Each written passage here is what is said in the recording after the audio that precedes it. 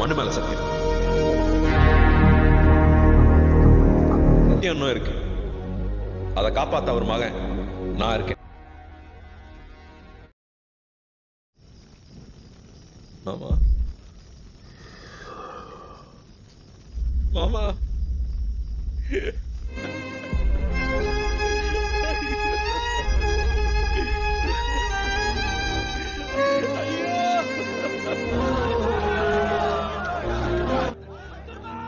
Halo bangsat dimanapun kalian berada. Kali ini Mimin akan mereview salah satu film aksi dari Bangladesh, India yang berjudul Sultan. Film India ini selalu memiliki daya tarik tersendiri pastinya, karena memang mempunyai alur cerita yang sangat bagus. Bagi kalian penikmat film Bollywood jangan lupa siapkan cemilan, matikan lampu WC, pasang headset, subscribe bagi yang tidak mau. Dan jangan di-like bagi yang mau. Hadapilah hidup ini. Hidup itu simpel. Karena dunia ini tipu-tipu. Sultan.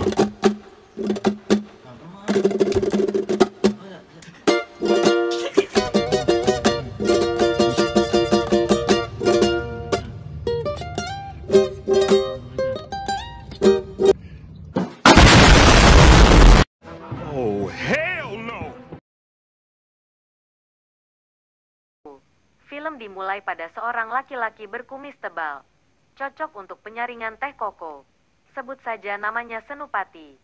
Dia tinggal bersama ratusan preman yang menjadi anak buahnya.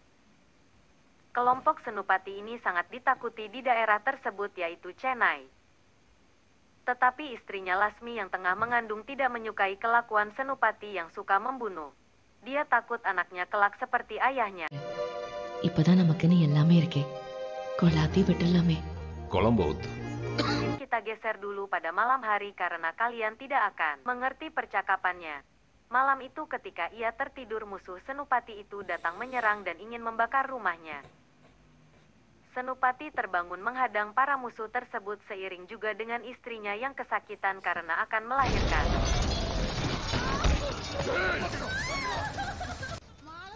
Senupati pun berhasil mengagalkan rencana musuh tersebut. Istrinya di sini juga berhasil melahirkan seorang anak laki-laki. Di tengah kebahagiaan Senupati yang sekarang sudah menjadi seorang ayah, ia juga harus menerima kenyataan kehilangan istri tercintanya. Dia meninggal setelah melahirkan. Lalu bayi laki-laki itu digendong oleh salah seorang preman senior bernama Mansur. Mansur menjuluki bayi tersebut dengan nama Sultan, yang nama asli bayi itu adalah Fikra. Sultan dibesarkan oleh ratusan preman tersebut. Sultan dirawat dan diasuh layaknya seperti anak kandung sendiri. Bahkan Sultan juga diajarkan bertarung. Namun Sultan diperingatkan untuk menjauhi kekerasan, sesuai amanah dari ibunya.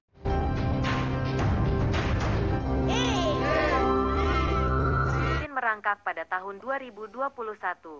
Di sini kepala desa Kalimano Yerusalem datang mencari Senupati. Mereka siap membayar Senupati asalkan orang yang bernama Jaya Sailan dibunuh.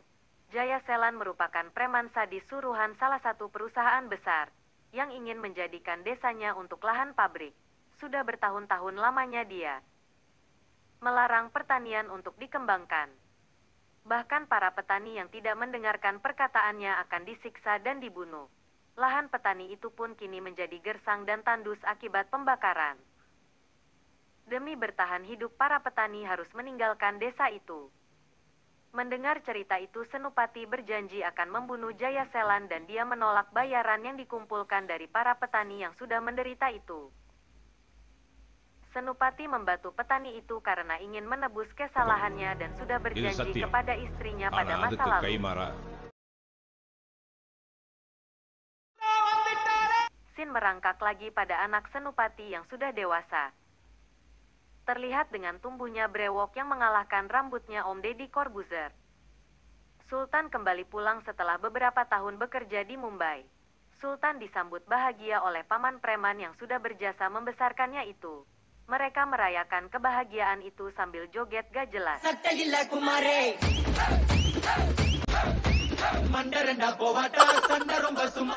Sultan memang diberikan pendidikan tinggi dan dijauhkan dengan kekerasan.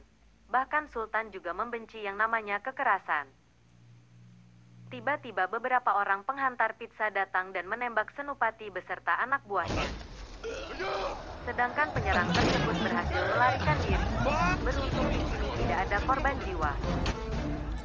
Para preman yang terluka juga dirawat di rumah sakit. Di sini terlihat seorang wanita yang merupakan ibu dari salah satu preman yang dirawat tersebut. Dia menangis di hadapan Sultan sambil berkata, anaknya hidup penuh kekerasan bersama Senupati. Sedangkan Sultan sendiri selama ini dijauhkan dari yang namanya kekerasan.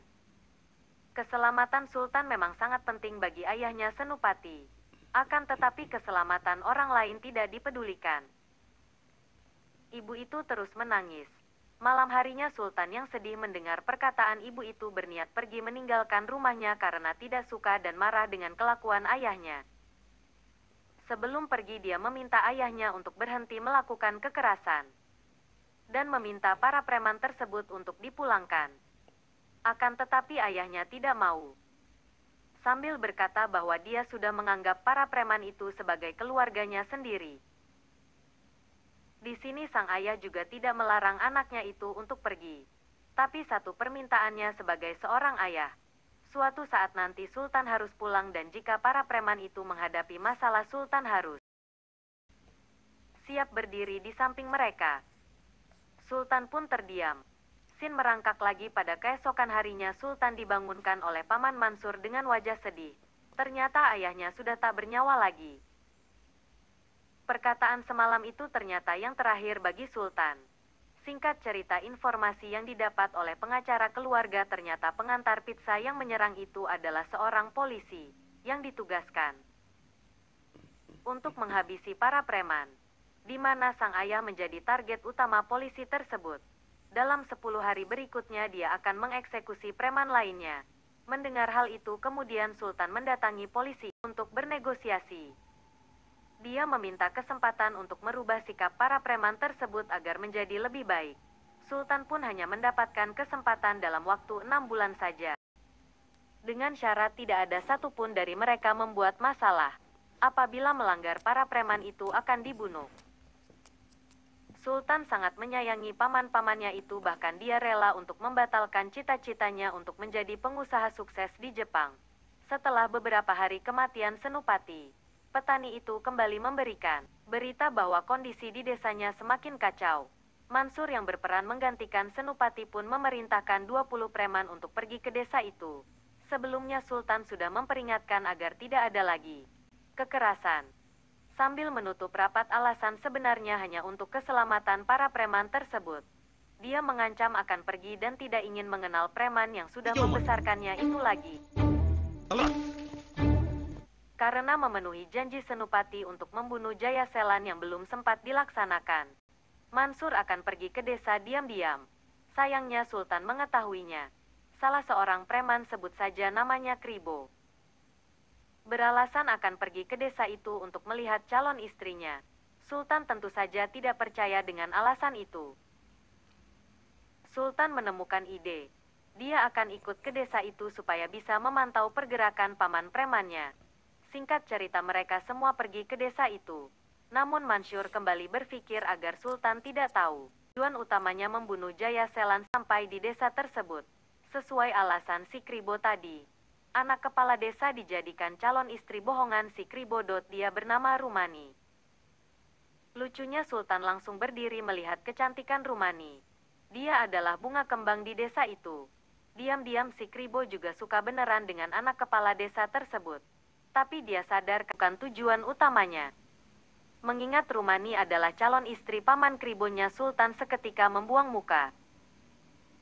Si Kribo yang tahu bahwa Sultan menyukai gadis itu akhirnya mengatakan bahwa dia menolak gadis itu untuk menjadi calon istrinya. Sultan pun bahagia mendengar ucapan si Kribo.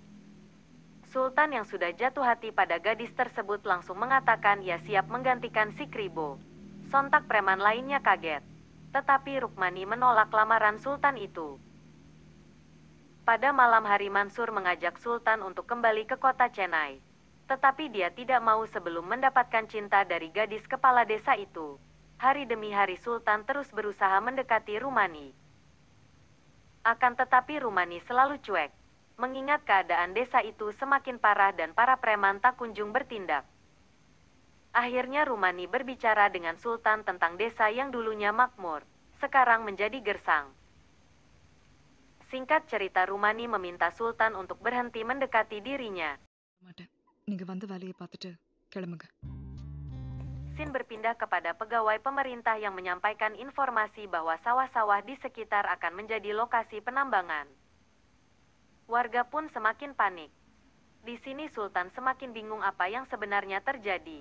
Tak lama kemudian penduduk memohon bantuan kepada Sultan agar Jaya Selan dibunuh. Singkat cerita, para preman yang sudah emosi mendapat kesempatan untuk membunuh Jaya Selan. Sultan kembali menggagalkan aksi salah satu preman tersebut. Dia tidak ingin pamannya melakukan kekerasan lagi. Akhirnya Mansur selaku pemimpin menjelaskan semuanya. Bahwa sebenarnya ia ingin memenuhi janji Senupati yang tak lain ayah Sultan. Sultan tidak peduli dengan hal itu. Di tengah perdebatan tersebut datanglah beberapa warga yang memohon bantuan kepada Sultan. Karena Jaya Selan kembali menyiksa penduduk termasuk gadis impiannya yaitu Rumani. Jaya Selan brutal karena ia penasaran dengan siapa yang berusaha untuk membunuhnya. Warga meminta Sultan agar bertindak. Korban terus bertambah. Kembali Mansur meminta izin kepada Sultan untuk mengakhiri penderitaan warga. Sultan yang sudah berjanji kepada polisi sebelumnya itu tetap tidak memberi izin pamannya untuk bertindak. Sultan berkata bahwa ia sendiri yang akan menyelesaikannya dengan cara baik-baik. Sultan pun melihat sendiri keadaan warga tersebut. Dia menyaksikan penderitaan warga secara langsung. Jaya Selan pun meminta Sultan untuk pergi. Preman yang khawatir dengan keadaan Sultan pun datang. Mereka yang sudah tak tahan lagi dengan keadaan warga langsung menyerang Jaya Selan. Lagi-lagi Sultan menghadangnya. Melihat gadis impiannya terluka ditambah lagi warga yang babak belur di tangan Jaya Selan. Langsung menyerang pasukan beserta Jaya Selan tersebut. Dia meminta pamannya untuk tidak membantu. Sultan yang sudah hilang kontrol pun membabi buta. Sultan menunjukkan sisi lain seperti ayahnya dahulu. Para preman itu pun kaget pada Sultan yang sangat garang.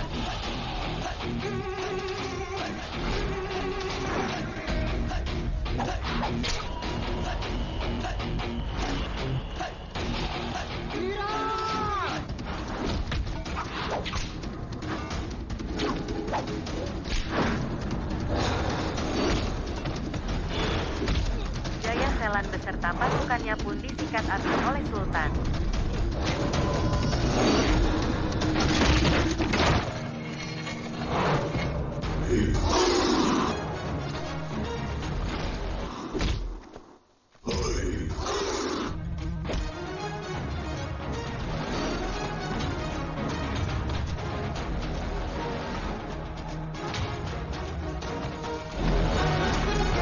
Para preman dan warga pun bersorak gembira.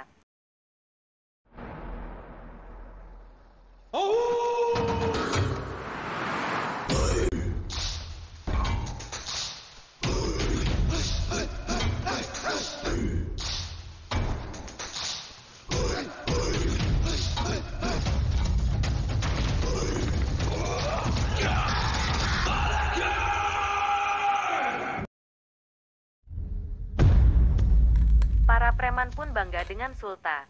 Nah, di sini Rumani sudah mulai ada rasa kepada Sultan, akan tetapi dia masih jual mahal. Memang wanita tidak mau jujur. Mereka merayakan kemenangan tersebut bersama. Tak berselang lama Sultan mendapatkan informasi dari pengacara keluarga untuk menunda sementara kembali ke Chennai. Karena polisi di sana sedang melakukan operasi massal. Mansur dan kawan-kawan pun sudah bersiap-siap untuk kembali ke Chennai, karena tugasnya sudah selesai. சாப்பிடுங்க டேய் குழம்புது சுத்தம் Kemudian Sultan menyarankan para preman untuk membantu membangun desa tersebut seperti bertani. Para preman itu terpaksa mengikuti keinginan Sultan. என் அண்ணனுங்க பண்ணும்போதும் சரி.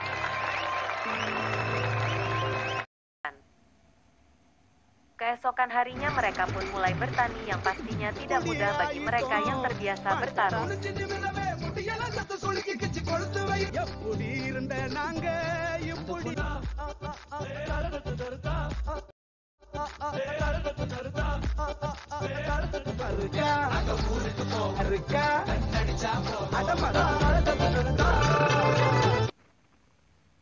Ravanam adalah orang di balik semua kekacauan tersebut datang ke desa setelah melihat Jaya Selan babak belur. Ia mengajak Sultan untuk bekerja sama. Pastinya Sultan menolak tawaran itu mentah-mentah. Ravanam yang marah akan hal tersebut menyewa sekelompok preman untuk membunuh Sultan.